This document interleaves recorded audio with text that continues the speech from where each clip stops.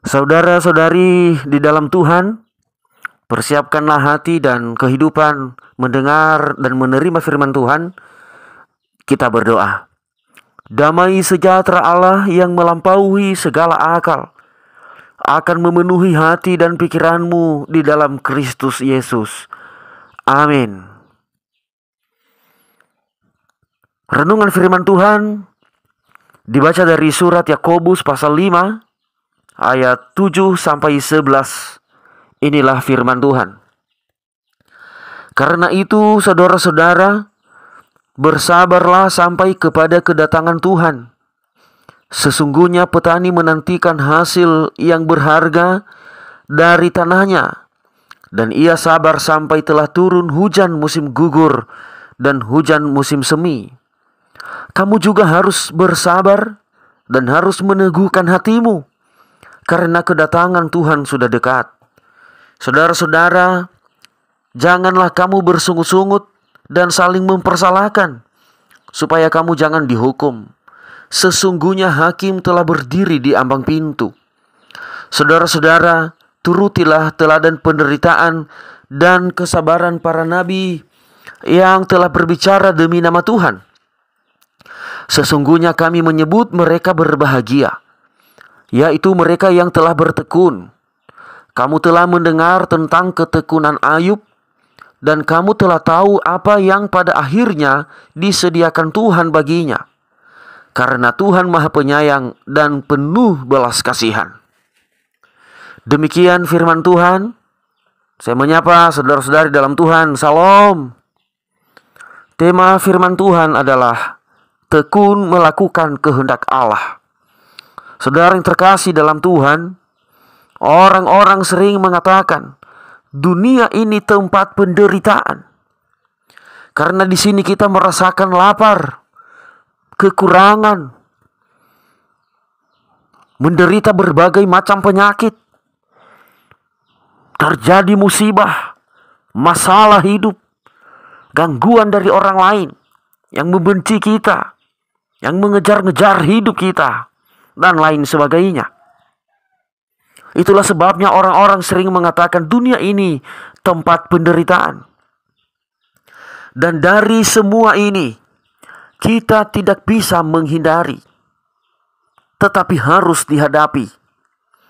Menghadapinya bukan dengan tenaga, bukan dengan emosi dan kesal, tetapi hanya dengan sabar. Tekanan-tekanan dan penderitaan yang sedang dihadapi kedua belah suku Israel di perantauan dinasihatkan oleh Yakobus hanya dengan satu cara: bersabar sampai kepada kedatangan Tuhan.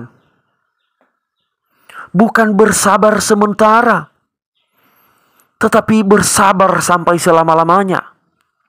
Ini membutuhkan mental yang sangat kuat dan hati yang sangat diteguhkan kepada Tuhan. Karena sepanjang hidup sampai kepada kedatangan Tuhan, harus bersabar menghadapi berbagai macam penderitaan, yang pada akhirnya, hingga sampai pada akhirnya, mereka akan menuai sukacita dan kehidupan. Ada dua hal contoh yang disampaikan di sini, yaitu seperti seorang petani yang tekun dan sabar melakukan pekerjaannya sampai ia memperoleh hasil yang berharga dari tanahnya.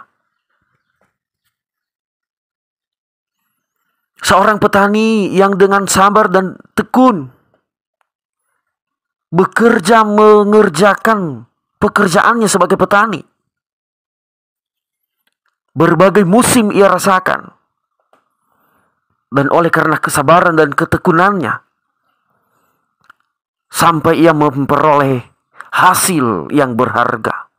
Dan itulah sukacita seorang petani ketika ia menerima buah dari tanaman yang ia tanam, dari hasil kebunnya atau dari hasil taninya. Hal yang kedua adalah seperti kehidupan Ayub yang dengan sabar dan tekun menghadapi masalah hidupnya. Kita sudah tahu dan mengerti bagaimana kehidupan Ayub. Anak-anaknya semua mati. Harta kekayaannya semua hancur. Tetapi ia tetap tekun di dalam Tuhan. Sehingga sampai akhirnya Tuhan menyediakan yang jauh lebih bahagia dan jauh lebih besar bagi kehidupannya, kehidupan selanjutnya. Saudara-saudari, di dalam Tuhan kita Yesus Kristus, hidup ini bagaikan atap rumah yang siap menerima panas dan hujan. Dan atap tidak pernah mengeluh. Pada saat musim panas, dan atap menerima panas sekali. Pada saat musim hujan, atap juga menerima hujan yang turun di atasnya. Sekali lagi, atap tidak pernah mengeluh. Dan ia tidak pernah meminta stop hujan, stop panas. Atau ia minta pindah tempat supaya dijadikan dinding, supaya dijadikan lantai dan sebagainya. Ia tidak pernah meminta. Karena kalau dia pindah, maka namanya bukan lagi atap. Begitulah hidup kita. Demi melakukan kehendak Allah, kita harus siap menderita. Dan tetap berada pada posisi sebagai pengikut Kristus. Sebagai posisi orang beriman. Itulah ketekunan. Karena jika kita tidak mau menerima penderitaan, maka kita bisa dikatakan bukan pengikut Kristus. Penderitaan, masalah, dan beban harus dihadapi dan diterima. Bukan dihindari, tetapi dihadapi dengan sabar. Ada sebagian orang ketika penderitaan datang, malah pergi tinggalkan Tuhan. Mencari hiburan di tempat lain. Mereka menjadi emosi dan marah, menyalahkan Tuhan dan menyalahkan diri sendiri. Itu bukan ciri-ciri orang yang tekun di dalam Tuhan. Seharusnya semakin berat beban, semakin banyak penderitaan, juga semakin kuat memegang Kristus. Itulah ketekunan, itulah kesabaran. Seperti kita melewati jalan rusak sambil bawa sepeda motor. Ketika kita melewati jalan rusak yang berlumpur atau bebatuan dengan menggunakan sepeda motor, apa yang kita lakukan? Semakin parah jalan yang kita lewati, semakin kuat tangan kita memegang stang sepeda motor supaya jangan jatuh, dan semakin fokus pada jalan. Seandainya kita melewati jalan rusak, jalan berlumpur, tetapi kita tidak kuat memegang sepeda motor, kita akan terjatuh. Sepeda motor akan terjatuh. Seharusnya seperti itulah ketekunan kita di dalam Tuhan. Semakin parah jalan yang kita lewati, semakin banyak beban yang kita pikul, semakin kuatlah tangan memegang Tuhan. Semakin kuatlah iman kepada Tuhan. Semakin kuatlah berteriak kepada Tuhan.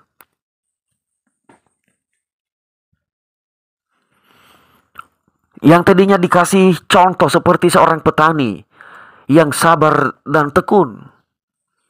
Kita ambil contoh misalnya petani cabai. Bagaimana petani cabai? Ia mulai mengerjakan dimulai dari menyediakan bibit. Dan menyediakan bibit itu harus dengan sabar dan teliti. Dan merawat bibit tersebut supaya jangan ada penyakit. Tempatnya harus disediakan yang baik. Kemudian ia lanjut menyediakan lahan. Dan setelah semua selesai, baru ditanam. bukan hanya sampai di situ. Ketika cabenya telah ditanam, maka ada banyak datang perusak. Ada hama, dimakan semut, ditambah dengan tanah yang mungkin tidak subur. Apa yang dilakukan petani? Ia tidak berhenti bertani, atau ia langsung merusak tanamannya, tidak mungkin.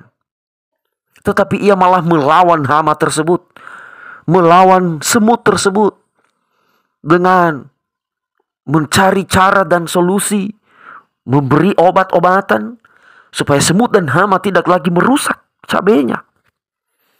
Seandainya tanah kurang subur, maka ia berusaha bagaimana cara, dengan memberi pupuk, atau apa cara yang lain. Jadi untuk menghadapi perusak itu, bukan tanamannya yang harus dihancurkan, bukan profesinya sebagai petani cabai yang harus dihentikan, tetapi yang harus dihentikan dan dihancurkan itu adalah perusak-perusak tersebut dengan dihadapi berbagai macam cara. Seperti itulah yang dikatakan sabar menghadapi penderitaan, tekun dalam pekerjaan. Bukan hanya gara-gara perusak tanamannya ia langsung berhenti, ia langsung putus asa.